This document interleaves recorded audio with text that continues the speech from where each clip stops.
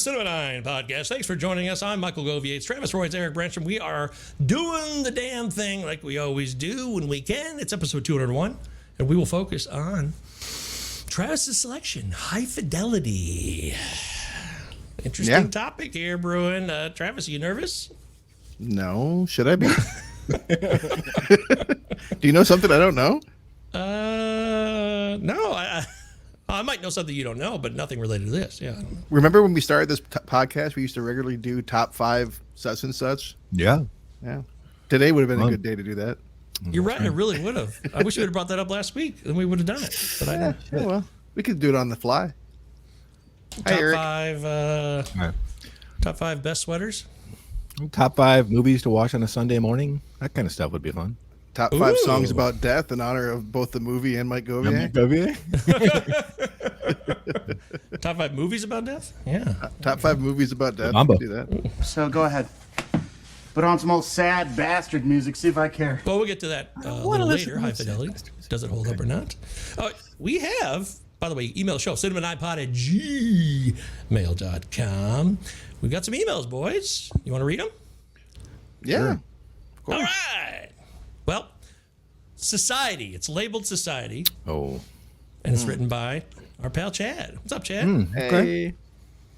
By the way, if you're watching on the YouTube, I did a big update the other night. So I updated like the last 5 or 6 episodes. So we're almost basically caught up on the YouTube side now. Nice job. And we got people dove into them right away. We immediately had like 100 views on, what was it? Starship Troopers and those movies. So thanks. Thanks for watching, folks. Thank you, Mike. Thank you, everyone. Yeah. Hey, guys, during last episode's Society Talk, there was some speculation about whether or not I put together a Society supercut. I never did that. Okay. However, I did write we clarified it was probably Eric Allen. Hi, Eric. If you still, I don't know if he consumes the show anymore, but hi. I never did that. However, I did write a Python script that would parse through the Cinema 9 transcripts from YouTube and count the number of times the word society was used. Oh, wow. This is incredible. That must be what I was thinking of. This is, wow. I updated the script and reran it to find out the top 5, apropos, Cinema 9 episodes Society mentions. Are you ready? Okay. Here are the results. Number 5, we'll go from lowest to highest. Sure. Fight Club with 8. Yeah. That's it? Number 4. Yeah, that's it. Yeah. Number 4, Truman Show with 9. Ooh, should have been more. Yeah. Gotta pump those numbers up. Way more. Yeah. Yeah, that movie is a tie with Truman Show. Contact had 9 as well. Still in double digits. Still in double digits. And then number 2, the runner-up, Dogma, had 14. Wow. All right. And number 1 With the bullet is, and this makes a lot of sense. This makes all the sense in the world because Aaron was on this show. Aaron loved the Society stuff too. Brotherhood of the Wolf, 17 Society. All right. That's a real fact, brother. That's amazing. Wow. We like to thank Society for crumbling. I'm gonna Thank you, Society. beat our record with this episode. Yeah, you're right. These don't count though because they're forced. I feel like. I don't. Chad make the ruling on this. Chad's kind of you should be the ruler on these things. I tallied the information into a spreadsheet for your perusal. My computer programming degree is finally paying off. I've also included a present for Mike. There's a Society clip, so I'll have to download that and hear that. Okay. Thanks, Chad. That's good stuff, man. Wow. Thanks, Chad. Yeah, he truly has this whole document. Wow, that's funny. All right, well, man, Chad, you never cease to amaze me. You're an incredible dude, no doubt about it. One more for the road from Chad. More Society, it's labeled. Can you guess this movie? Oh, so we're supposed to. I think I could do this. Where you guys can. Let's see if we can pull this off here. This would be fun if we could do this, where I share it so we can all hear it. Stand by. This is from Chad. Name this movie. Tell me if you can hear this. The Six Society. Society. Society, man. Society. Society. You know, society. Oh my God. I don't know. Animal House? Is that us? No. Yeah. PCU? One more time? No. The Six Society. Society! Society, man. It's gotta be Orange County. Society! Society, you know? Society. Orange County. I like that. Gotta That's a be. good guess. Wow. He doesn't give us the answer. So Oh, Well, tune in next week. Tune in next week to find out the I'm answer at to it. that one. Okay. I think it's a good guess, though, Eric. I agree. That's gotta be. definitely. I can't get the other guy, but it sounds like Jack Black on one of them. yeah. Not sure what's going on there. Anyways, email the show, cinema9pod@gmail.com, and you can send us clips like that. You can share your opinions on past episodes, future episodes you'd like to see, all that and more. It's a lot of fun. We love this show. Cinema9 is your friend. Having said that, how about we glide or translution, whatever word you'd like to use, as we go into the quarantine viewing picks. Travis, you're still on break. It's almost over, but still out there. I've got exactly 1 week. Not that I'm counting down or anything. Yeah, and my air conditioning went out today, so hopefully that gets fixed quickly, so it's not in misery. Because you're gonna hear crickets and car horns and all kinds of shit because I got all my windows open. So sorry. It's natural. Yeah, I watched a fair amount of movies. I liked Vacation Friends, the first one, so I checked out the second one because I'm a cinephile. Anything with John Cena, I'm gonna watch it. If you like the first one, it's just fine. It's just fine. It's complete fluff, meaningless, but entertaining. I revisited a movie from, I actually did a double whammy of early Chris Columbus films from the 1990s, not including the Home Alones. I did Mrs. Doubtfire, of course, but before that, I watched a movie that I never hear anybody talk about that I love called Only the Lonely with John Candy. It's a romantic, it's a romantic dramedy, I guess. It's always been a real it's just comfort food kind of movie for me, and it just kind of feels like a Roy Orbison song. And if you like John Candy at all, I would guess that this is probably the role he was proudest of, because it's like the most straightforward acting that he does, I think, in his entire fucking career. It's good. It's a good movie. It's flawed. There's some issues with it, but if you've never seen Only the Lonely, which also stars Ali Sheedy and Anthony Quinn and Maureen O'Hara for the first time in like 20 years, definitely worth checking out. It's a good one. Cool. Checked out Maureen Civil O'Hara. War. Is she related to Catherine? I don't know. I don't. Who's Catherine O'Hara? Catherine O'Hara? Who's that? Beetlejuice? Schitt's Creek? Oh, of course. I was thinking. Yeah. I knew the name was. Yes, of course. I don't think they're related. I do know her, but my brain just. So you watched Civil War? You actually seen it? Yeah, me and Corey, buddy Corey, came over and we watched Civil War, and we both agreed it was good, not great. We repeatedly referred to it as photojournalism, the movie, because you come for the Civil War, but really it's about photojournalism. I don't know any of the talk about it. I've seen it on the internet, like the title and stuff. Is it well received? It's fairly well received, kind of middling, and I think rightly so. Honestly, up until the climax, like it could have been any country, could have been any war. It's just like it's like a road movie, like following photojournalists trying to get to like the big scoop. And 7.1 on IMDb. That's solid. I mean, that sounds about right. I mean, I think I gave it a 7 on IMDb. It's good. Oh, it's a Garland movie. Maybe a 6. It's Alex Garland. He claims it'll be the last movie he directs for a while. What? That's what he said in an interview when it came out. We'll see. Wants to go back more to writing, I guess, but it was certainly worth checking out. But I don't know that I needed to pay the $6 to rent it. I could have waited till it was on Max or whatever. But it was okay. Wow. I checked in on the new Dunstan? Ghostbusters Frozen Empire.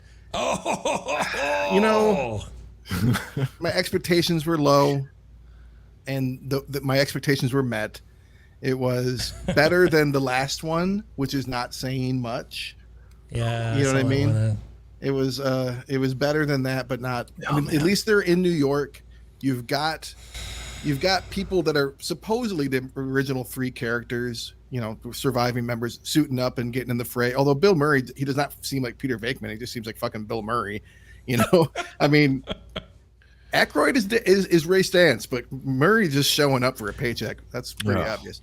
He might have always been that guy, in my opinion. Maybe, I don't know. It's not like he was stepping out too much in the old Venkman days. But And honestly, like, this is the fourth one, and every movie they add like new characters, you know. So like it's getting really unwieldy. There's like 14 fucking characters they're trying to balance or something.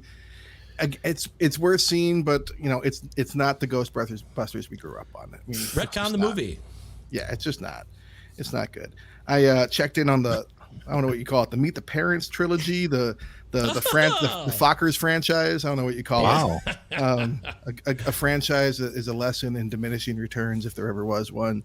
You know, it's I laughed a couple times still at the first one, and I'm just a completionist, so I needed to watch all three. I didn't need to watch all three, but I did anyway. At least one or two may have been on my list. For the show. Yeah. Meet the Fockers has been on Meet the Parents has been on my list for the show for a long time, but I don't know after rewatching it that there'd be a ton to talk about, honestly. The third one sucks, but I like the first two. I do. I mean, they're entertaining. I didn't hate them. Oh, right. You know, but they're like Vacation Friends. It's just fluff. It's just, you know, don't do a 2 hour or an hour and a half episode of podcast about it probably, but there's some stuff there. You know, it's entertaining. It's funny you say that. That's interesting. That's my take. I checked in. You know, I had seen Planet of the Apes from 1968 when I was a kid, but I hadn't seen it since. So I figured I'd revisit that. And again, I'm a completionist, so I watched all 5 of the original Planet of the Apes movies. Wow. There is a TV series I'm gonna have to try and hunt down, but I can tell you right now, Roddy McDowall's fucking awesome, dude. Roddy McDowall's I love him in Fright Night, and I love him in these movies too. I mean, he's got the fucking rubber mask on. You can like tell he's wearing a rubber mask and still like acting well. I mean, the dude was just a great actor. I'm sorry. And I did not know that the new Planet of the Apes movies were. I mean, I knew that they were remakes or reboots, but I guess I just kind of thought they were doing their own thing. I didn't know they were such close remakes to the original movies, but they are. Have you seen them all? The new ones? I've seen all the new ones, but the Kingdom of the Planet of the Apes. So there's 4, right? I'm gonna watch them all now, anyways. But I think there's 4 of the new ones, and then the 2001, the Tim Burton, Mark Wahlberg piece of trash. Which I'm gonna watch that too, because fuck it. I have a great memory on that one, actually. Just real quick, I saw that in the theater. It was 2001. Me and Brandon, we were living in Nob Hill at Okemos. I believe it was like January of 01-ish, and we went and saw that in the theater. I remember coming back like, that sucked. I really remember that. I vividly remember that. That was when I do. We all know that because it was like the Joe Biden debate, only for like Tim Burton, where he just kind of went, ooh, he's going downhill. Something's wrong. Yeah. Something's wrong. Stop him! Save us from big fish. Yeah. He also had. We hadn't seen it, so it was a big deal because we hadn't had Apes movies since the originals in 2001, right? So that was maybe it was a letdown. I don't know. I haven't seen it since. We're lucky that we just had a string of famously bad movies, because otherwise I maybe would have saved it. What the fuck is that? Is that your phone? I didn't mean to do it. It's a yodeling pickle. What is going?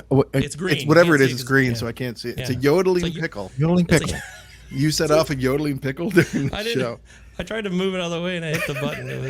Yodeling pickle. This is real. It's a first.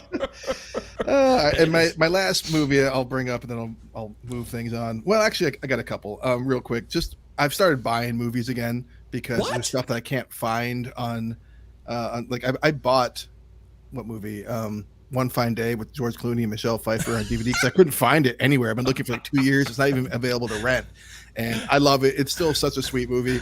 It's still really good, and and I bought, even though it is available for rent, I figured if I'm going to pay $4 to rent it, I might as well pay $11 to own it. I bought the Blu-ray of Opportunity Knocks with Dana Carvey. So I actually did a Milo O'Shea double feature that day. Unwittingly, I did 2 movies in a row starring that classic Irish actor, because he also co-stars in Only the Lonely. But my last movie that I'm going to strongly recommend, which I was aware of this movie, but I think I was just like so a lot of my schooling and like the education, my focus in when I was getting my history degrees was like focused on turn of the century, and I looked at a lot of inventions and stuff. And I was always very interested in Edison and Tesla and all of that. And there's a movie that came out in 2017 called The Current War, which I was aware of but just never seen. You got Benedict Cumberbatch as Thomas Edison. You got Michael Shannon as George Westinghouse. Yep. You got Nicholas Hoult as Nikola Tesla, and a couple others snuck in there that were pretty big names that I can't think of off the top of my head, but it was fucking awesome. I loved it. I mean, it was beautifully directed. It straddles the line. Like, it's almost too nice to Edison, but it still definitely shows that, like, you know, he was a fucking dickbag. Egomaniac. Yeah. And by the end of it, like, I was actually moved to tears at the visual representation of what we gained and lost with electricity entering society. Like, we, you know, like we got stuff out of it, but we lost this innocence to it too. And the movie does a great job of really kind of painting that. It was fucking great. I'm like, where are the Oscars? Where have I been? I really needed to watch. It's been out for 6 years. 7 years. I just never saw it. But the current war is really good. What's that? Well, I don't always take a picture when I weep. Oh, it's a running gag in our text thread. I love those. I haven't had one in a while. I guess I owe you one next time. Next time I get weepy. I remember that movie coming out. I never saw it, but it's fascinating how everything worked out. DC versus AC. We actually kind of got screwed. You're right. That sounds fun. I should go. I'm going to try to watch that. I'll put it on my list. You should. I don't know why I didn't watch it sooner. It's a little slow. I don't know that it's for everybody, but I thought it was amazing. The current war. So that's what I watched. What was that Ethan Hawke Tesla movie that was all fucking weird? I turned it off at the very end. I turned it off with like half an hour or 20 minutes left. I think it was just called Tesla. Yeah, I don't know, man. I know you liked it. Kind of liking it. Yeah, I know you liked it. I don't know why. I thought that was terrible. That was something. It was a musical. Like, he was like Tesla singing to like pop song, like modern pop songs and shit. I'm like, no, fuck this. What was it called? I think it's just called Tesla. I think. Yeah, it wasn't very. It wasn't very true to the. You know what? I'm sitting here in disbelief. You must have watched like 30 movies. You watched 5 Planet of the Apes movies since in a week? Yeah. 3 Fockers. I'm on break. 3 Fockers, 5 apes. Jesus, right? Yeah, I'm on break. You're telling us something without telling us something. Break. Fuck, man. What did I watch? Tesla got a 5.1 on IMDb. Just Ethan Hawke. I probably ranked it at 4. I don't know, man. Something about it. Honey, I Shrunk the Kids. Yeah, Honey, I Shrunk the Kids. I think that might be it. They're on that lawn way too much. Those adults are on that lawn way too much. Just fucking walking around. It's out of control. Rick Moranis like straight up like stomps on it for no reason. They're not horticulturalists. You're right. What the fuck, man? It's so weird. Not careful enough. I mean, the kids are there. Are shrunk. Yeah, and they're not careful enough. Yeah, finishing up the Twilight Zone. Then I'm going to be back in the Tubi. I'm craving some like early '90s made-for-TV dramas. So I'm gonna be poking around there tonight. I want to get around to Indictment, man. Ever since you brought that up, see this film. That's for you. It's waiting for you. Shit, man. You know, I got to say that is it. I got to finish Twilight Zone. The next week I'll be reporting on early '90s made-for-TV dramas. I thought you'd be on Batman Caped Crusader like that. I did watch. Travis, I did watch an episode. I watched the inaugural episode. Yeah, and I'm gonna watch it. It was like just like similar to like Batman the Animated Series. It's like we're doing the mob war, and it's like very similar. I was just kind of like, kind of like I've seen this. Like it felt way too familiar, a little bit derivative. So I was like, I don't know. Diedrich Bader is Harvey Dent, dude. Come on, it's awesome. Yeah, Cast is good.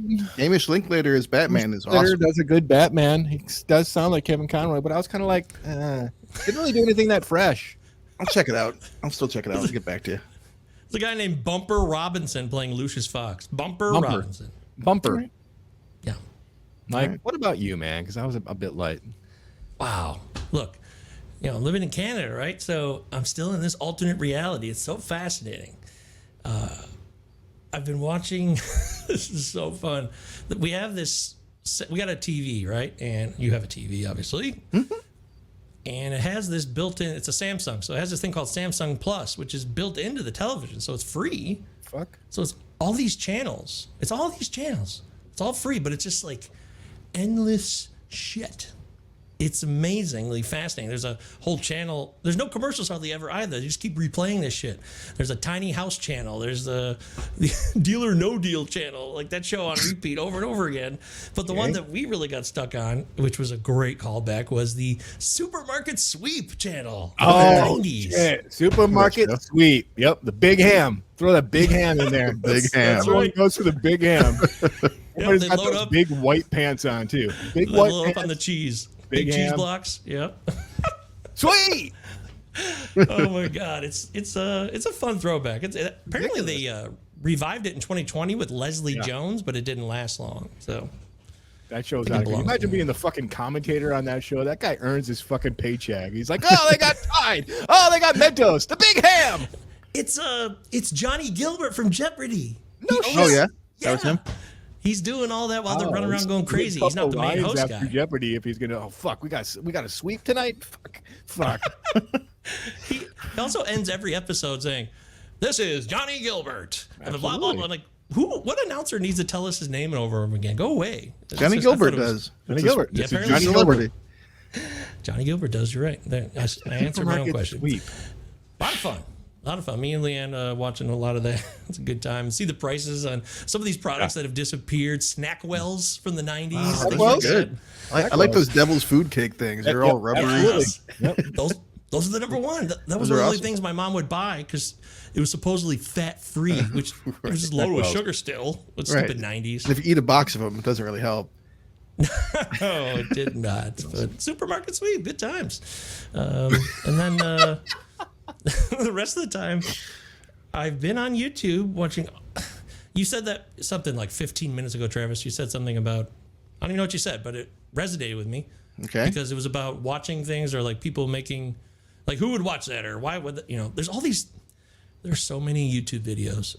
This is like beyond a cottage industry. It's like a full on industry, really, where people make videos just about pop culture shit, nostalgia. It's a whole industry of. I watched a video, it was an hour and a half long. It was about the making of Roger Rabbit from its very beginning, which was really cool. interesting. Yeah. I didn't know there was a book called Who Censored Roger Rabbit. Yes, you did, because when we did the episode, we talked about it. Yeah. Well, I forgot then. I will say that. Okay? Because it All right, I didn't stick forgive with you. me. All right. Yeah. In fact, I don't remember anything from that episode. Did we say it held up? Because it should have. I think we all thought. I think we all said it held up. So no one knows. Oh man. Anyways, it went really in depth, and then I watched this thing about the Disney Renaissance, and like people make all these videos, and they're like hours long. I'm watching a ton of Game of Thrones bashing and like conspiracies and what if about the last season and how great the first 5 seasons were, and ripping on D&D 24/7, Benioff and Weiss. So yeah, I'm just watching a ton of that stuff on YouTube. But YouTube is consuming me. There's so many like weird tales about things that interest me that people are going. These people are making a living doing this. These people have like 500,000 subs on YouTube and they're getting millions of views. They're living high on the hog doing that. So I kept thinking like, man, I mean, the three of us, we know, and I'm interested about this shit as much as anybody else. I don't know why we're not doing that, but it does take work, obviously. So Wait, you just answered your own question again. You I did. You're right. You said that's like 2 episodes in a row. You're talking about Game of Thrones, and you say something about D&D. You're not talking about Dungeons and Dragons. You're talking about Benioff That's and right. Weiss. It's not B and W.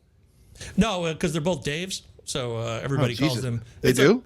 a colloquial term for D&D. Yeah, really, it is. Oh, yeah. okay, I believe you. I just never heard it before. So For people who hate them and hate season 8 and season 7. I don't hate Which them. is They a lot of did. people. They did 3 Body Problem, which was great. But that's different. That could be good. Yeah, It I is. mean, they're And they did the did a first movie I 5 liked. seasons as well that everybody just said that they loved, right? with the source material from George R. R. Martin. Just saying, and then Hard to- They did their part. anyways, just tons of these. I watched one, What Ruined Hanna-Barbera? Shit like that. They had 80% of the market once upon a time, and they blew it. Hanna-Barbera. Babar. Babar. Babar. I love that. I love that elephant. Yeah, he was a. I also watched a video from the writer of Battlefield Earth talking about his story after we did our episode, and how it didn't get him down. He still was able to get work. He got past that, so good for him. I'm glad that that all worked that way. So, Nice. yeah. Anyways, just all that stuff. And next thing you know, like 4 hours go by and you're like, what the hell, man? YouTube is dangerous. A dangerous place.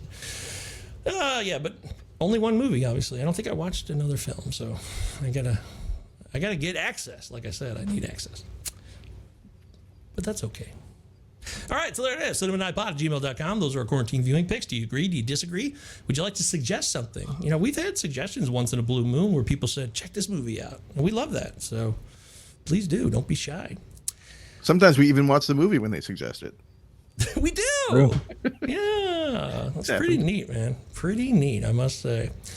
All right. So, having said that, one other one I watched, the Death of Touchstone's Pictures. Highly fascinating. Yeah. Oh, this was High Fidelity was a Touchstone picture. Oh. Yeah. It might have been one of the last then. As soon as that logo comes up, you hear the record needle, you hear the needle hit the record right with the logo of Touchstone. Yeah. Yeah. So what went wrong? It's a Disney conglomerate, isn't it? Yeah, they wanted to have a label where they could put out more adult content, but eventually they kind of faded away, and they absorbed so many things, and conglomerates became the norm by 2000, and they didn't need it anymore, I guess. So that's very sad and emotional. Can you do the music for it again, though? I like the music for it. Do it one more time.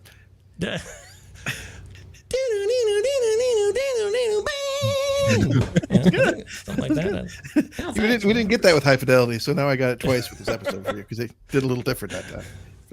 Hey, well, my pleasure. Thank you so much. All right, so High Fidelity, directed by Stephen Frears, Travis's selection from the year 2000, right? From the year 2000.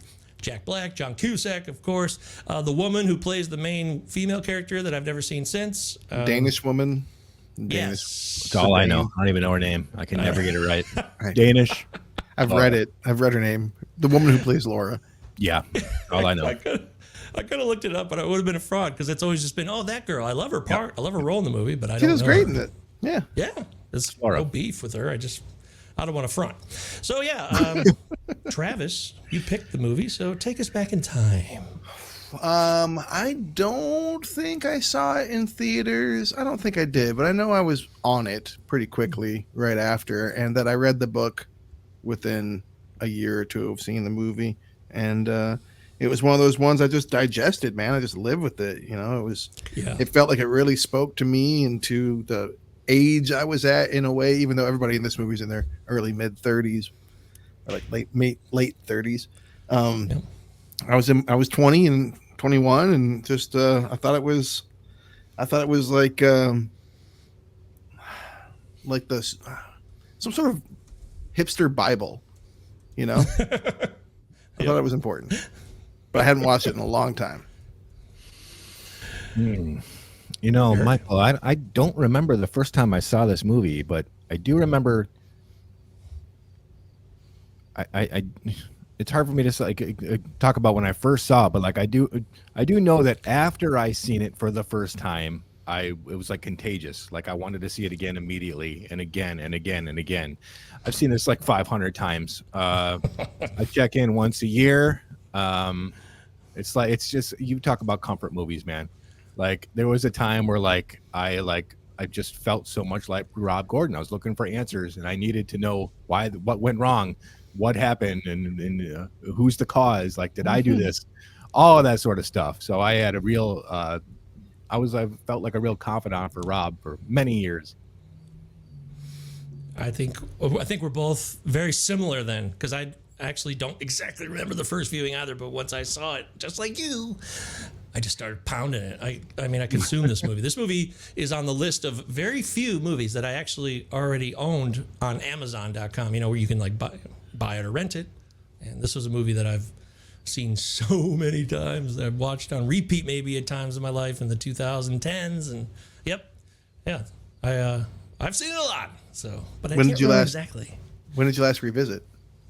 Before this week? It'd probably been about 4 years, actually. I did take a look. It was break time. So it was good to pop back in and be like, hey, are we doing this? Is this still happening? Is it still fun? Do I know Laura's name yet? Nope. I never did. I can't say I did now because I never did. I never did do it. What about the rating on this film? You already mentioned the hipster Bible connection, Travis. I think it's probably pretty high. I'm going to say 7.5. This has to be like 7.9 or 8.0. Yeah, my bias here, I think it's like a 7.8. That's what I'm going to go with, a 7.8. An excellent film that people love, but maybe there's something I'm missing with it. Survey 7.4. Hey, I win. Oh, a little lower than I thought. Okay, interesting.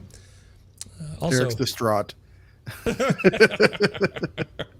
why?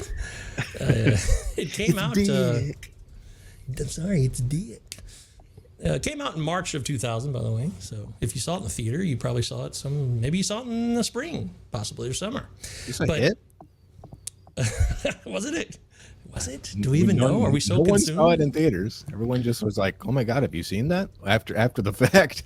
Yeah, Right. I mean, I felt it was. I feel like it's one of those movies everybody in our friends group was like obsessed with, but I don't remember. I don't remember it being a big deal in theaters. That's for sure. Totally. There's something about it. You're right. It connected with all of us that we grew up with and connected with. There's no doubt about it. On Rotten Tomatoes, 91 from the critics. They love it. Okay. And a real tight 90 from the audience. Very tight. Wow. All right. Okay. Yeah. Universal approval. That's always fun. When the audience and the critics can come together, it's nice to see that harmony because we don't always get that. Who splatted it? Who's the dick? Here you go. Peter Anthony Travis? Lane of The New Yorker. When happiness does arrive in this movie, it has the air not of something that you reach, like your top speed, but of something that you give into, like baldness or old age. That's Not wrong. That's not pretty bad. good. It's not bad. Kind of like that. Yeah. All right. More splats. Because, like I said, a lot of beautiful, delicious. Have you ever bitten just a straight tomato whole? Just A beefsteak apple? tomato? Take Yeah. a bite out of it? No. I've never eaten it like an apple, but just doing slices of it with a little salt on it. Dude. If it's like a yard grown tomato, it's the best. Poppy seed dressing? Oh. Ooh. Oh, you're getting wild now. Betty Jo Tucker. This isn't a real name. I know. From Real Talk Movie Reviews. It contains too many repetitive scenes. That's it. Okay. Peter Travers, Rolling Stone, said, "You're still smiling when the film is over." Oh, you liked it. Yeah.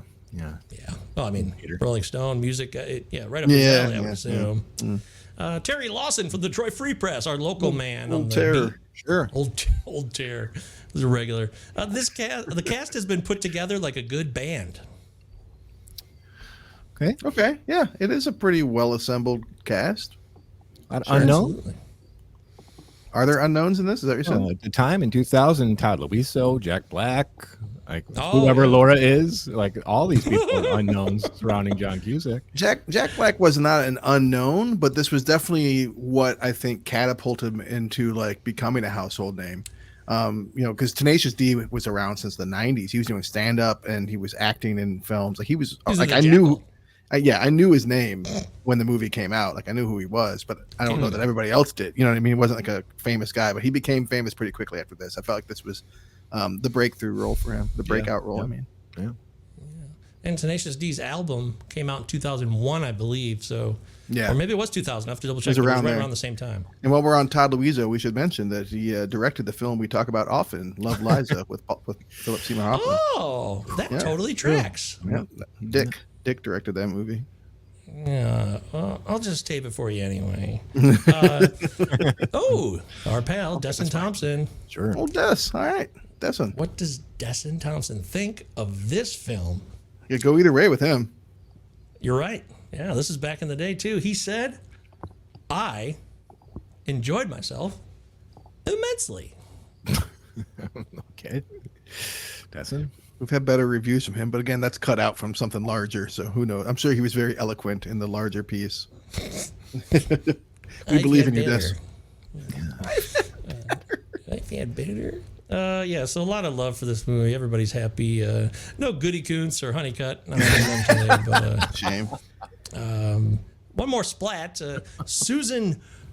Wow, this is tough. WLOSZCYZYNA. Susan Wolchina of the USA Today once upon a time said. Is that Cyclone?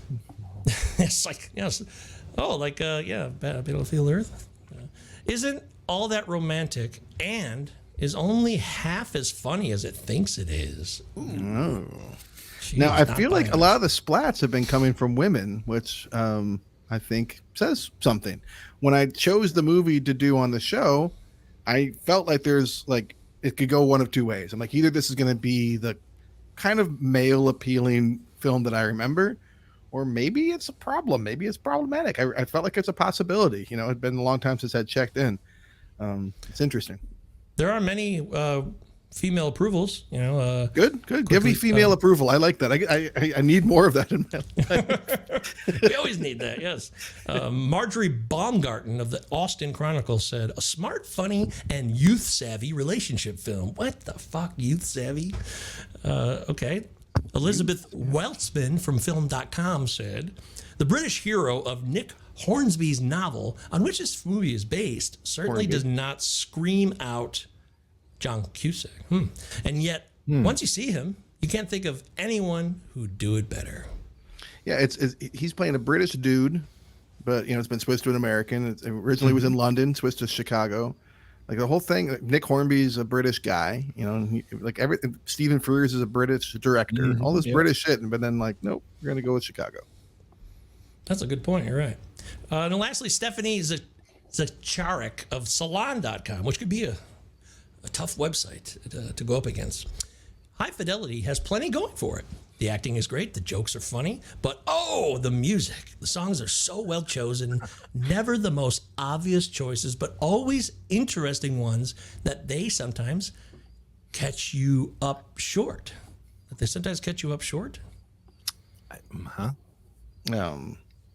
probably an idiom that is long past, or maybe a typo. Yeah, I don't know. But I think we get the idea what she's going for. Yeah, great soundtrack. Great sound. Yeah, to say that. I found it really interesting that High Fidelity the song by Elvis Costello doesn't make it into the movie, but we hear just a clip. We hear it like in the background. In one scene, we hear shipbuilding. So we get a different Costello song for just an instant. Oh. Yeah, you know, when he and Marie DeSalle are in the bar talking. Marie DeSalle, she flips her hair back. I'm not going to come between me and a fuck. Yeah. Also, it must have been difficult because, you know, rights to music and how expensive they can be. I wonder, there should be like a whole documentary about how they were able to get music they wanted. What music did they not get that they did want because it was too expensive? I think there's a whole story there. I'm betting that there was a lot of musicians that were down with this. Like I had, you know, a movie about a music lover. I mean, you got Bruce Springsteen making an appearance, which he's not a guy that's known for making a lot of cameo appearances. I love that. Which, epic cameo. I mean, just one of the all-time fucking cameos for sure. Yeah, he never ruined it because he did it once and that was it. You're right. It's so good. It never gets old. Even to this day, I still loved it again. Also, who did not fall in love with the Beta Band song? I mean, that song is awesome. Yeah. To this day. I'm here to tell you though that the Kinky Wizards fucking suck. Yeah, Kinky Wizards are terrible. Yeah. He like freezes, like stops what he's doing here in like a couple of notes. Like, this is amazing. Like, no, dude, this is not amazing. They suck. You're right. There's also these are music snobs, right? And I think this is a fun topic because between all three of us, there's probably, in fact, I know there's some snobbery between the three of us with music in certain situations or certain bands or songs, and because it's so subjective, it just brings that out in us. Never. Nope, never. Is that sarcasm? Yes. Okay, good. Just want to make sure. Yeah, I thought some of the songs are like, oh, that song sucks, but because people are trying to be so cool. I've heard songs from people who thought a song was awesome, and I see this movie and it reminds me of some of that. Even though most of the soundtrack is awesome in High Fidelity, there's a couple songs like, I don't care about that song. So it's not as good as you're saying. Well, the cool part about the movie and the choices, even this like in the conversations, is it's not like that reviewer said, it's not like obvious choices. They even make fun of Rob when he talks about Smells Like Teen Spirit because fuck Smells Like Teen Spirit. Yes! But you got like Dick bringing up like the Edmund Fitzgerald, which is like a fucking great song that it's not like everyone's top of their list in 2000, but like they're just music appreciators, so they're going to dredge up stuff from every genre that maybe you don't know or don't appreciate that much. I gotta say, Barry kind of bugs me with this watch. Really? You know, like because he reminds me of the worst aspects of myself when I'm at my most snotty and snobby about music. I mean, he comes in and starts screaming at Dick for listening to Belle and Sebastian, and like literally like shouting at him and like berating him. And then like when Dick's like gives like a little bit of pushback, he's like, "What the fuck? Now we're like a Nazi place? We're a fascist store now." And like the way he like harangues that dude for not really getting into Jesus and Mary Chain and like not having any Dylan albums, and like, you know, it's just like, I mean, this guy's a fucking dick through most of the movie, and especially the guy that he gets on for the Stevie Wonder thing. I'm like, when that guy turns around, he's like, "Fuck you." I'm like, "Yeah, square guy, fuck Barry. I'm with you." Bye-bye. Stevie Wonder's awesome. Dude, Oh, now I'm offending your golfing buddy. Come on, Rob. Even when that's what's hilarious. Like when Barry first appears, you watch Dick and like Dick like fucking like shudders, like he like shrinks, he like shrinks down immediately because this presence just bursts in and gets into his shit. Hilarious. Oh yeah, it's funny. Yeah, he gets so pissed about Little Lat and Loopy Loo. Mitch riding with Detroit wheels? No. It's annoying. Yeah, you're right. It is annoying. He was It's also funny. I wouldn't so many wanna know lines it. are funny. Yeah. Right. And he's Oh, full that's a- Jack Black here with the grabbing the fake titties and like, you know, all that kind of stuff. He's just going full Jack Black. He clearly was like told, yeah, by all means, improv, it's fine. But I mean, like, this is a record store, but this was so us at Blockbuster, Travis. Like, Oh, these are the conversations we had every day. We made fun of the customers. We were douchebags. Like, that's probably why it was so relatable. Yeah. Ah, that makes a ton of sense. And There's this also. movie- sorry. Oh, go ahead. No, please. Well, this movie is like a weird. We did Waiting, and we've done other movies that were like kind of like industry movies, like where you're like you're a day in the life of a job, and there's a lot of movies like that, like Car Wash and Clerks and that kind of stuff. And this is in some ways that, but it's also very much this exploration of loss and the impact of pop music on a personality and like the modern Western male, I guess. You know, there's a lot of other stuff going on, but it's a good marriage of those two kind of things happening at once. Yeah, and also, is that neighborhood that bad? I mean, didn't seem that bad to me. I don't know. Minor detail, but it's a Ask shitty our native place with- Chicagoan or a resident Chicagoan, not native. I think it's supposed No, to the be Miracle Uptown. Mile. Yeah. Like, no, it's nowadays probably, but back then it was probably squeaky clean. Travis, I like what you're saying there. Yeah, it's a lot of things. Like, I mean, it didn't occur to me even till I haven't seen this movie a million times, and it didn't really occur to me that it's mostly about fidelity, like fidelity, being faithful to people. And seeing it at 44, it speaks a lot. I mean, I look at Rob, I definitely look at him differently. This is a person I kind of like admired and thought was just the coolest guy ever. He's not. But Oh, I fucking never thought that. protagonist that mopes around and is a complete really never asshole did. from start to finish. You thought I loved the movie, but I'm like, this guy's a turd a lot. I said that even back in the day. I feel like I did.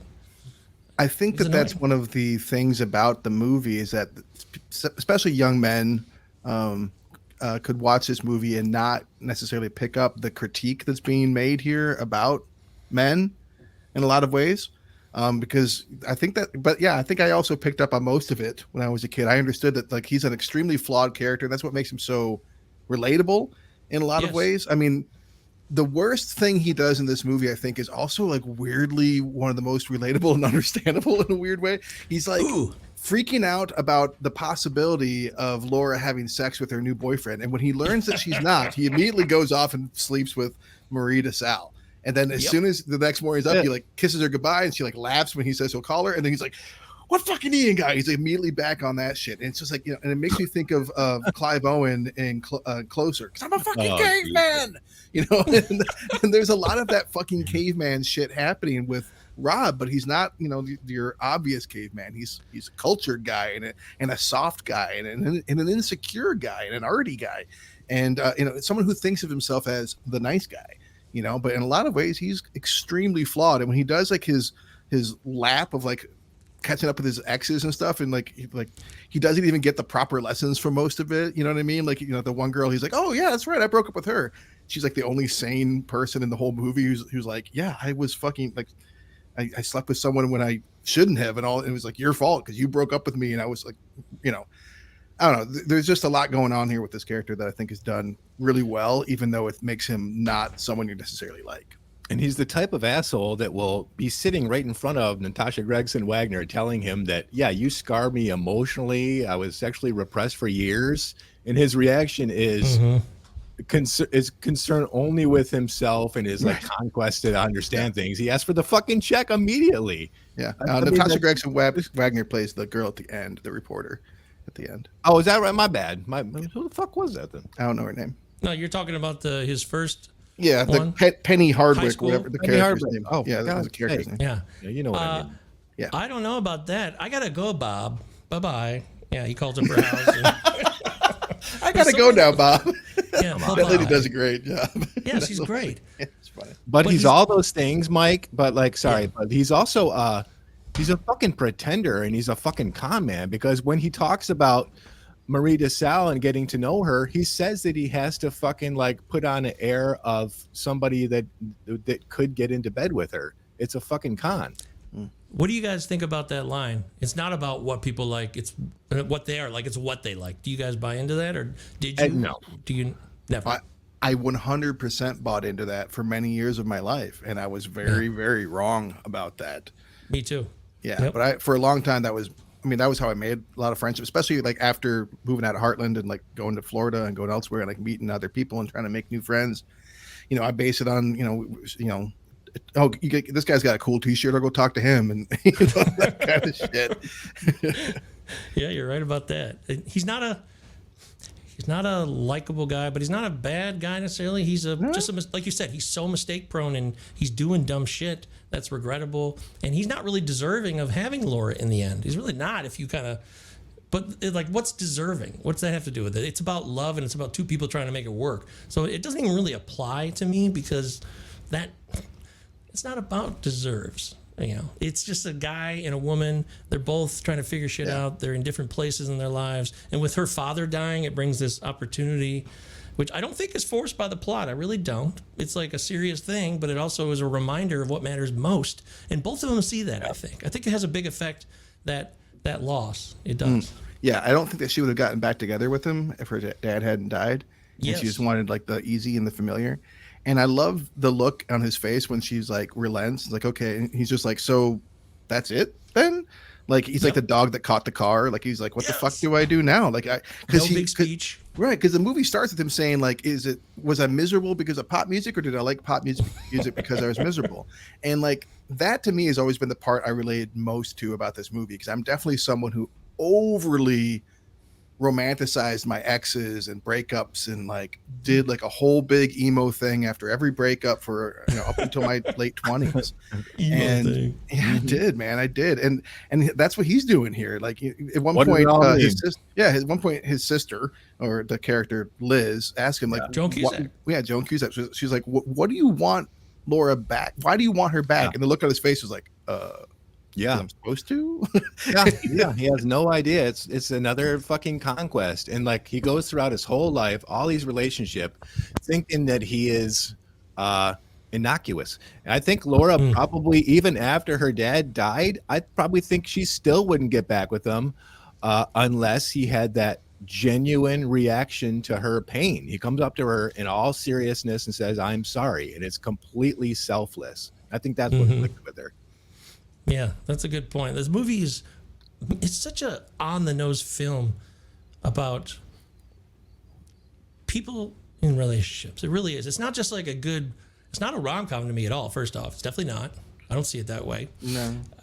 Okay. And then these things that go on where you get to see writing and process, acting, directing, all come together to maximize the potential of an original script. That's what you get in this film with the thing with Charlie, where he's always insecure, right? He's got this super hot woman that is so fun and everybody wants her and adores her.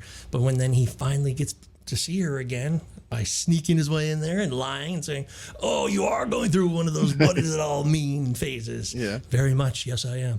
And he's so focused on his own shit that he finally gets a moment to look and observe and not talk, because Charlie talks a lot, and he realizes, I'm overhyping this woman.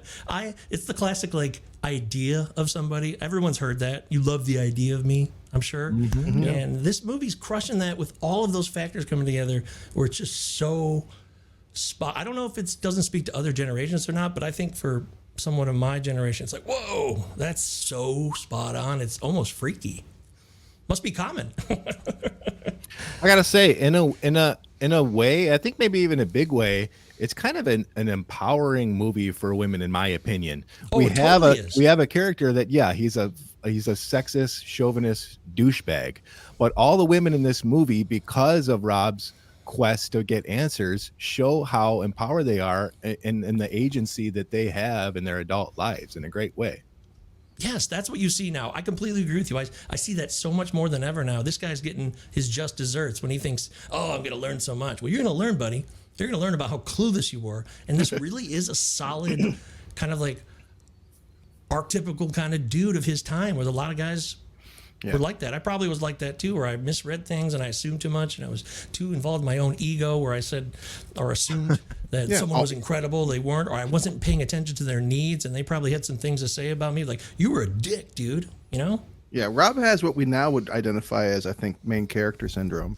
But Yes, I think I love that Reddit. I think there's something kind of genius about the structure of this movie, and it's the last 20 minutes.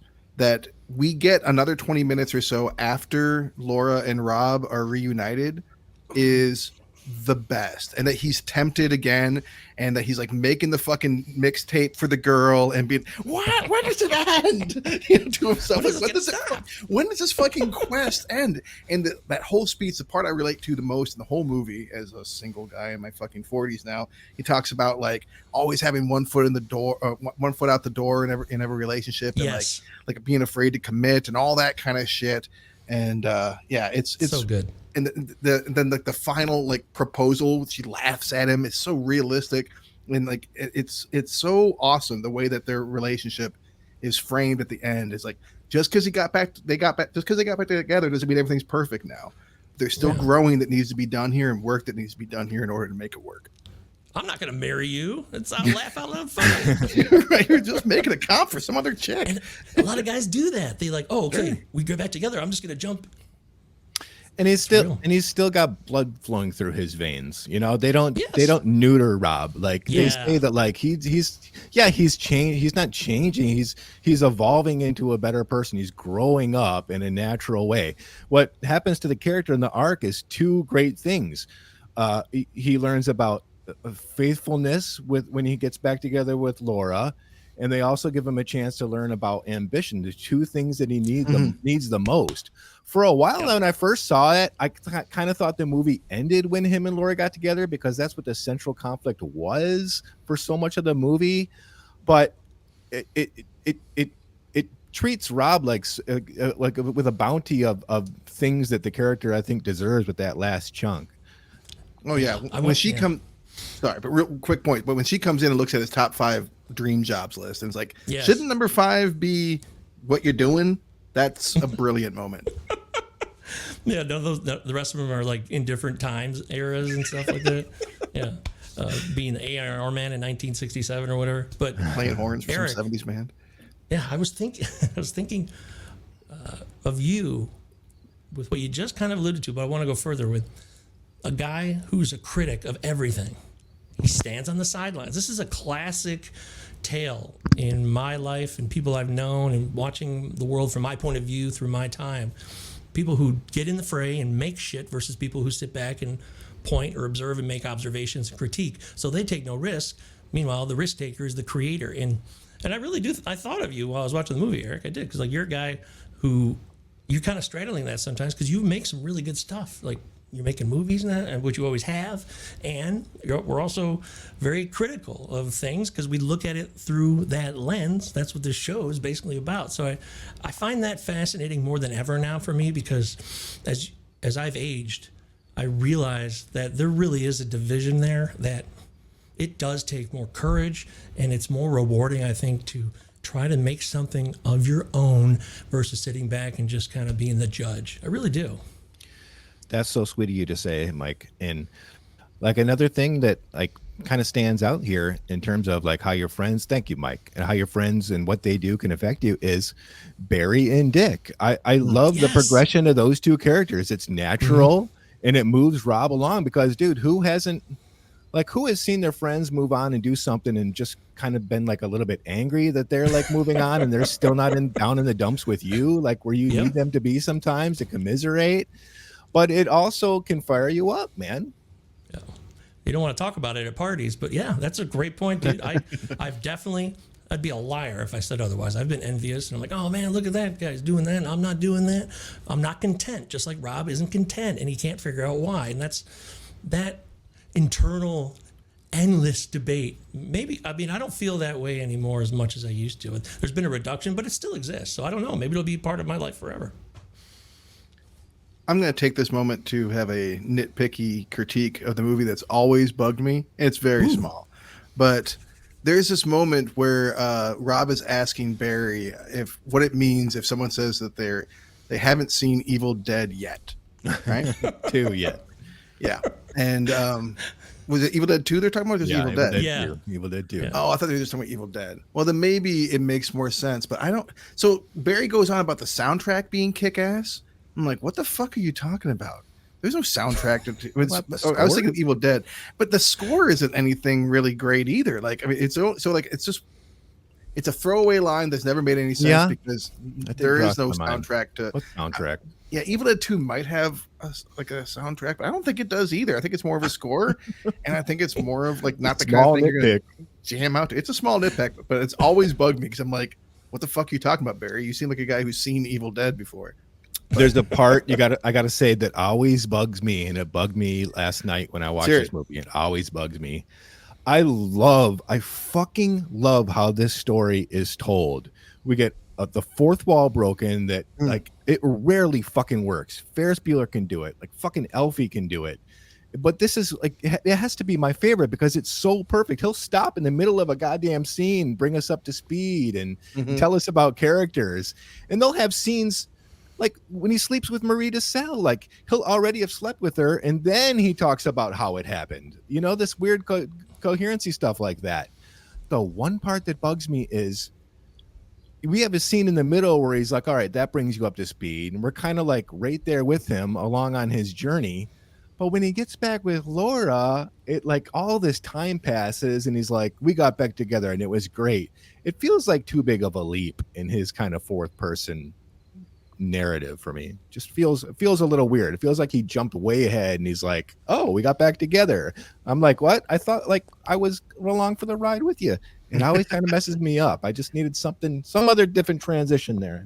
Yeah, I didn't feel that, but we're entitled to our nitpicky critiques if we have. We are. That's right.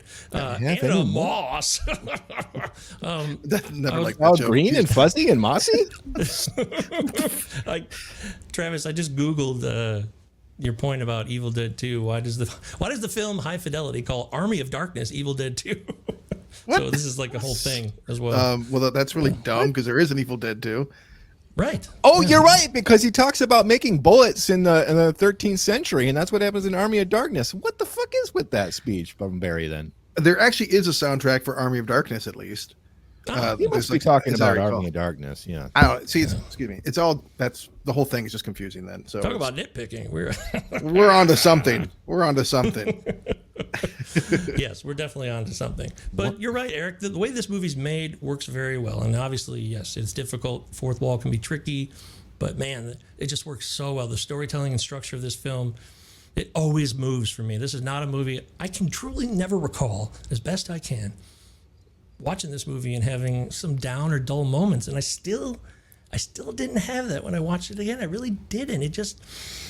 it just has this excellent pacing, and beyond that, it's always interesting. I like whether he's outside, Charlie, you fucking bitch, let's work it out. You're fucking bitch, so let's work funny. it out. It's so gold, pure gold, and shit like that. And even when he's when he's being annoying on the phone, calling up to Ian's apartment. Oh God, like he is. I mean, it's. God, like he is. So funny. That's probably why we gave him a pass for being such a dick, because he's still so funny as this asshole. And I gotta say, I watched Say Anything like about a month ago, and John Cusack as Lloyd Dobler is one of the most optimistic, bright, confident characters in any movie. And as Rob Gordon, he's the complete antithesis, the most depressing, pessimistic pile of dog shit in the world. That's great acting. I was gonna say, And he's really good at the fourth wall stuff you were talking about. Is this his best? Is this the defining Cusack role, guys? Maybe. It's certainly in the top 5. He does everything. He's hilarious. He's romantic when he needs to be towards the end, for sure. Yeah, if I was making a list of movies that he was great in, this would be in the short list. Yeah. It probably, for me, it is. I've thought about it. I love Better Off Dead, but there's things about Better Off Dead that bring that out more than just his character or his acting. I just think this is not just because it's in 2000 where he's like halfway through his career either. It just is a complete performance in all aspects that really is tough to top. And he's done a lot of great movies, a lot of fun roles. Yeah, being John Malkovich. I mean, me and Travis, even in American Sweethearts, he's great in that. You know, things like that. Captain David Jones.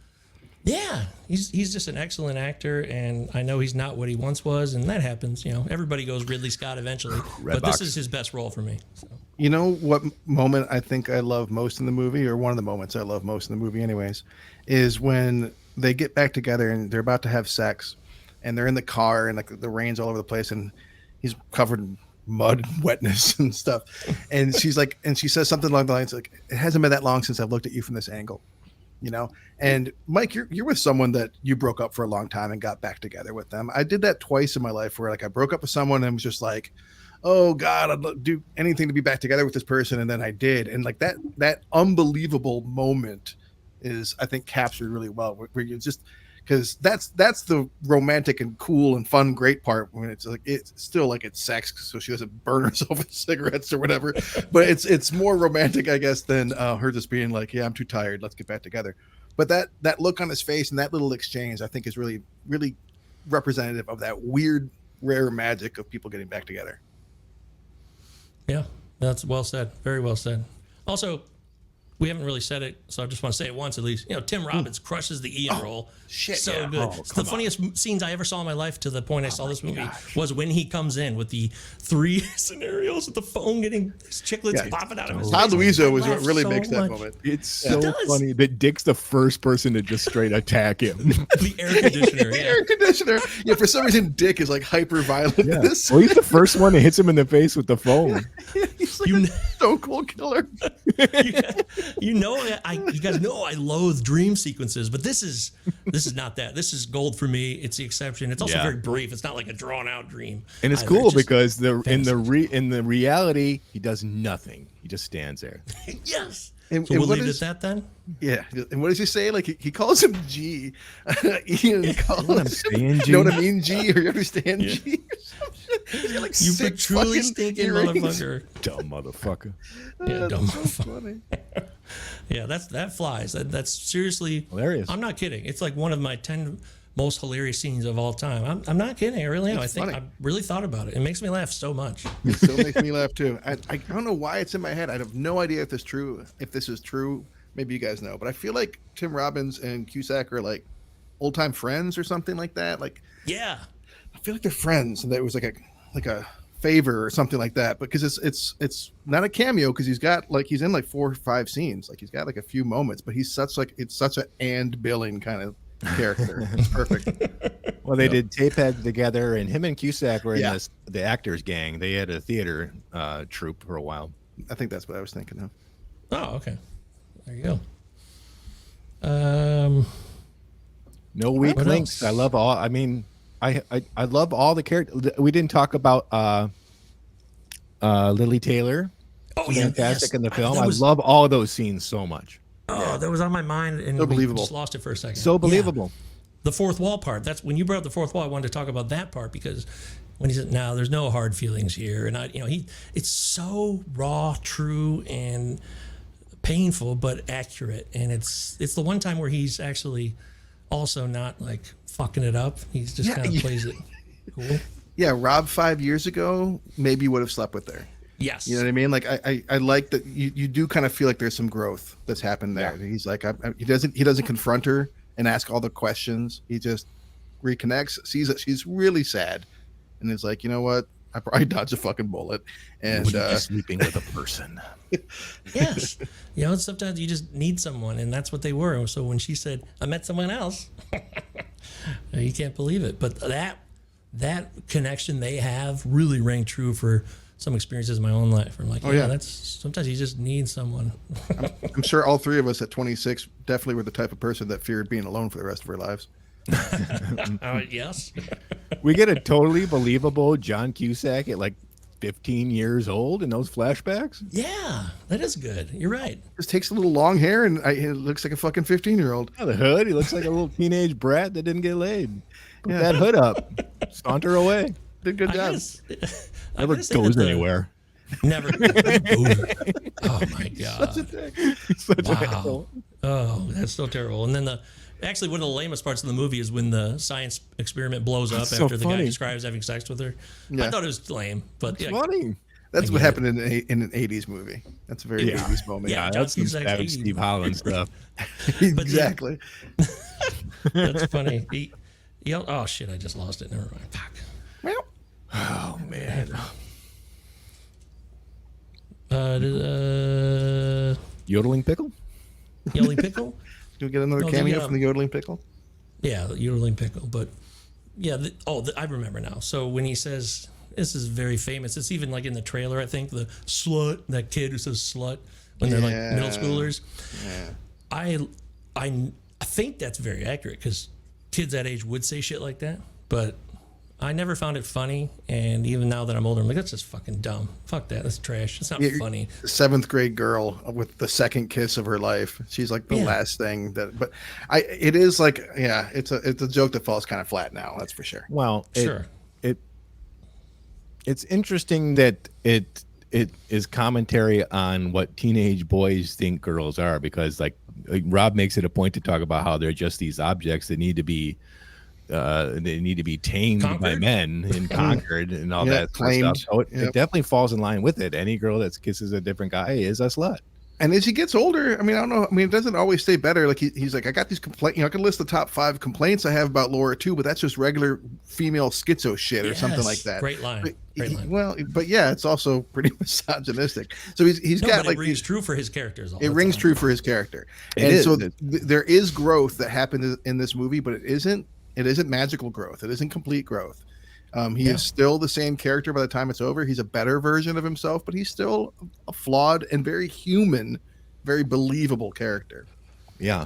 And I like all that. I like all those flashbacks, Mike, because I mean, especially Rob's probably like maybe 30 to 35. And like, even when we're that age, we're largely a big chunk of those formative years, Mike. So if we're not showcasing exactly what his life is like and his opinions are on the opposite sex, then it's not going to make much sense to see it so objective as he is. I absolutely agree. You're right about that. That rings true. We kind of hinted on this, but does anyone have like worst song of the whole movie? They're like, oh, that song sucks. Don't try to sell me on that song. Besides Kinky Wizards? Yeah. Besides I'll be just that one. The Belle and Sebastian song is not good. I've never really cared for them. Yeah, that's a good call. You nailed it. Nice job. Although I did have an ex that used to always refer to the music that I liked as sad bastard music, which bugged me every time. Dude. I'm like, for one, I know where you're getting that reference. And then for two, when we broke up, she listed it all on her own anyways. So I used to have a comp called Old Sad Bastard Music. And speaking of comps, I've made several comps for women I was interested in. That was a big thing in the day, dude. I'm glad Walking on Sunshine sucks. I'm shitting on that song. Katrina and the Waves? Fair enough. Not But no, feeling it. I'm glad you brought that up because the Changed the whole name after Hurricane Katrina. making compilations thing was such a huge part of that time. I remember like like going to our buddy Jimmy's house and like being in there and like downloading all these songs and like movie quotes and trying to like angle it all together. I spent like, I don't know, 8 hours working on LimeWire waiting for it to load while Jimmy's like, get out of my house. I want to like enjoy my time. Yeah, I'd be up till like 4 a.m. just like working on a fucking sing along. CD. Oh my God, for other so people, funny. dude. Like, and Rob's right. Like, you got to tailor it to what you think they might like. You got to subtle art, he says, right? Or something along those lines. Oh my God, that reminds me of at the dump, when we lived at the dump, there was the high class guys. We used to call it Uptown. They lived upstairs. You didn't see them as much. Absolutely. There's like a 3-level house here. Me and Travis lived in the shitty basement filled with black mold. A lot of people lived in the middle, and then the Uptown guys lived up there. The top floor. Yeah. up there drinking Gavassier, like kings. Yes, but they went on spring break in 2003. And Joel Frederick locked his door. He had his door locked. I picked it, got in there, and I made a 12-volume mix CD box set. 12 CDs. No kidding. That I had a different name for each one of them. Yeah, it was just like that, dude. I had labels. He had all this shit in there, and I just total asshole, total prick, total disregard for his stuff. And I did that up there all week while he was gone. Oh my God, hilarious! Now, good mix too. A lot of great. Oh God, I wish I had those CDs. I bet. I still have some of mine floating around. I got Zugfruits here somewhere. Zugfruits. You got Zugfruit? Yeah, Oh, nice. Zugfruits was what, for those that are uninitiated, was what he named one of his CDs, and a lot of hits. Had a lot of hits. Remember that Zugfruits? Zug Midnight was the follow-up, as I recall. Good one. And by the way, I love Grosse Pointe Blank, but I like this role better for Cusack than that one. I really do. And those are the top two. Yeah, and this is like Joe Roth greenlit this. He was one of these producers that would be making so much money off these fucking Michael Bay blockbusters that he would give these small films a chance. And I don't know if we see it nowadays, but like back then, this is why we get Grosse Pointe Blank and High Fidelity. Yeah. Before we give our final thoughts, I just want to go back to because we didn't read his.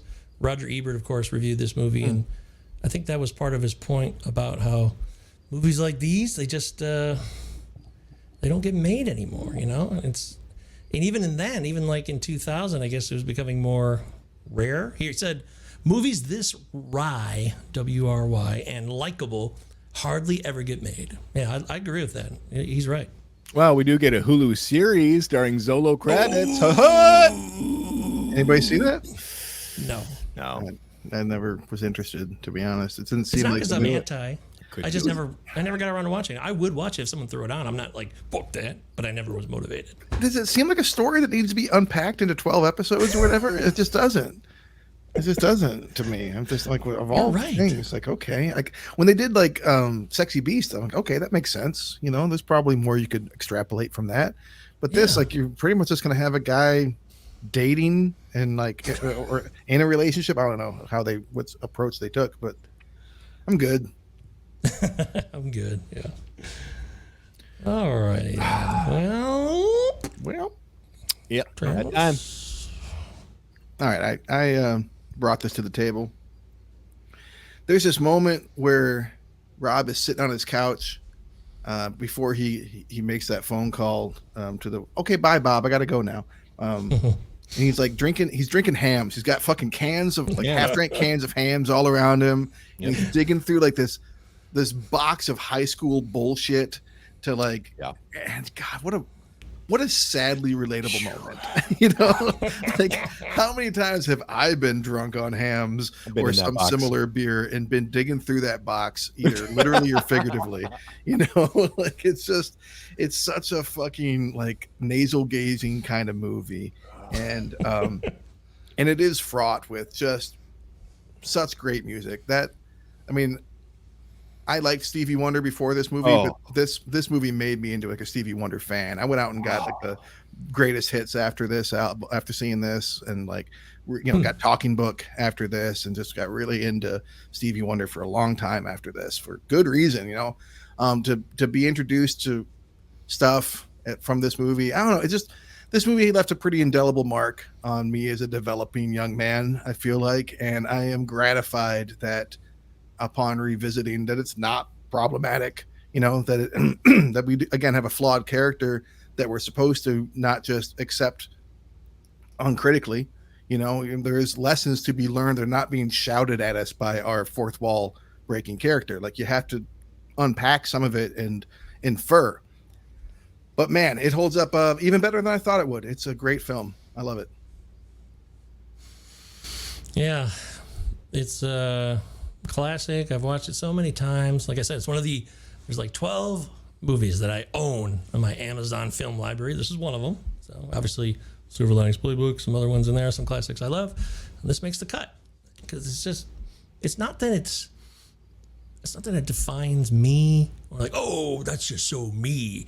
It's really just well written and well executed. It's honest. It's not trying to prop up any type of bullshit rom-com stuff. It's the challenges and the pain of trying to navigate a relationship where you do really care about somebody, but you got all these other strings pulling on you internally and externally that are catching your eyes. And as you age, you probably see what's more important in the end, usually. Not everybody gets there, of course, either. There's just a guy who has got a lot of flaws and has been so wrapped up in his own life. I mean, this guy's ego, even if he's got low self-esteem, he's really wrapped up in himself. And romance, this is a very romantic movie in a lot of ways. It's weird, and there's quirky things where he's organizing his albums and Dick comes in. He's like, "You're not organizing them alphabetically, right?" "Oh no, we would never do that," right? That's the kind of snobs they are, and people who are snobs would totally relate to that, and people who are not snobs also relate to him, be like, "I know that guy. He's so fucking annoying." Or he's also a good friend of mine, but he's still annoying. And the movie just keeps doing things like that over and over again. It's just trying to tell a tale, and I think it really captures the time period too. So when you look back as time goes by, and even after we're gone, the movie captures it so well by being honest about the foibles and the challenges of being a human and trying to navigate relationships and things that we think define ourselves or don't define ourselves. It's really, I love that about this movie more than anything. The legacy of it will last. Even if you don't like it as much, it's pretty accurate representation of its time frame for that time and place. So it totally holds up for me. I always feel bad for that guy that doesn't get to buy that record that they give to Alex Desert. Every time I'm just like, you fucking dick. Why you want to talk about Barry being a dick? Oh, no, Poor you said that fucking last time. guy. Dude, this is I probably have on several occasions just hit play again after this was over because I didn't want that feeling to end that I get when I watch this movie.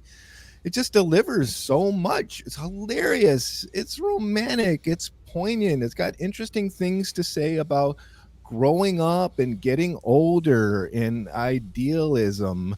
What Rob does is he admits that he's sick of the fantasy, man. Like it's about time to get there, man. And it takes living life. It takes seeing someone that you love crying because her father died to get your head out of your ass and grow up. And that's a fucking hard pill to swallow for a lot of people. But this movie, in a lot of ways, is really a fantastic movie about like what love really is. It's about connecting with people outside of yourself, and that's hard to portray dramatically.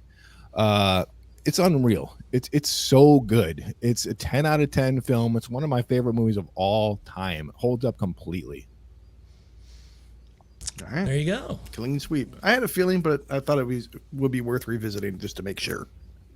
I think it was worth it. A lot of good conversation came out of it. It was a good call. Especially after our most recent run. I was like, we need a good movie. Yeah, it shows that we still have some depth to us here on the show. So we're glad that we could display that even a little bit. cinemanipod@gmail.com. Send us an email, 5-star review. Before we go, Eric, what's next? Boy. How you gonna top this one? Once in a while, I'll bring up, and there's no cast members here involved, no director, none of that. But you could consider a companion piece. So the interesting conversation we've had this week, this might be totally different next week. Because it's another kind of romantic dramedy, man. And we are celebrating the 30th anniversary of this film. A film very much of its time, which is probably why we don't hear a lot about it nowadays. From director Ben Stiller, Reality Bites. There it is. Oh, boy. This was always due to come on the show. Absolutely. Unreal. Back to back. High Fidelity and Reality Bites. Yeah. I think that'll pair well together. Good call. All righty. Well, 30th anniversary, right? So Yeah. Yeah. Yeah. we will dive into that next time on the Cinema 9 podcast. Thanks for Hey, that's checking my us bike. out. Yep. Oh, something happened to your bike? Hey, that's my bike. My bike. Oh, hey, that's my bike. Barry Jive and the Uptown 5. Kathleen Turner Overdrive. Changed her name 3 times. That's great. That's funny. Yeah, so make sure you guys just send an email, follow us, subscribe to the YouTube. All video versions are up there. This one will be up there much sooner than the last ones, of course. So if you like that, hang out over there. And that'll do it, Travis, Eric, Michael. We bid you adieu. Angina's tough. Bury the door. Such a good one.